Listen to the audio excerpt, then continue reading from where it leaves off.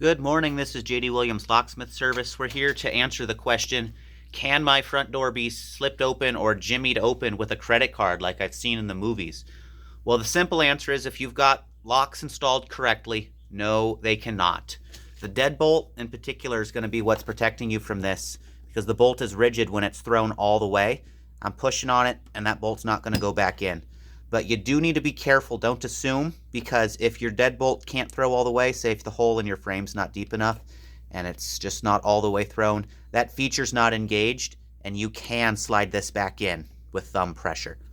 So that means you could do it with a credit card as well if you're able to manipulate it into the right angle. And trust me, people are practiced at this. If you don't have a deadbolt, or even if it's not installed correctly, you still have a little additional layer of security from the knob. This dead latch is commonly installed on residential front doors. It's got this extra plunger on it. A lot of times people don't know what that does. What it does is it turns this from a spring latch into a dead latch. So I'll depress that and try to do this in such a way you can see what I'm doing. That bolt only has a little bit of play. It doesn't slide all the way in.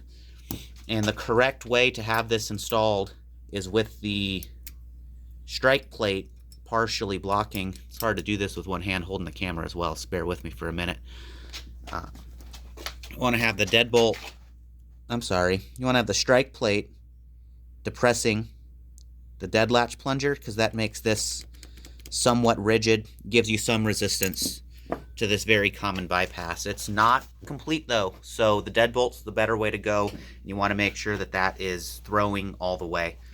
Remember, all of these are moving parts installed onto a door, which itself is a moving part.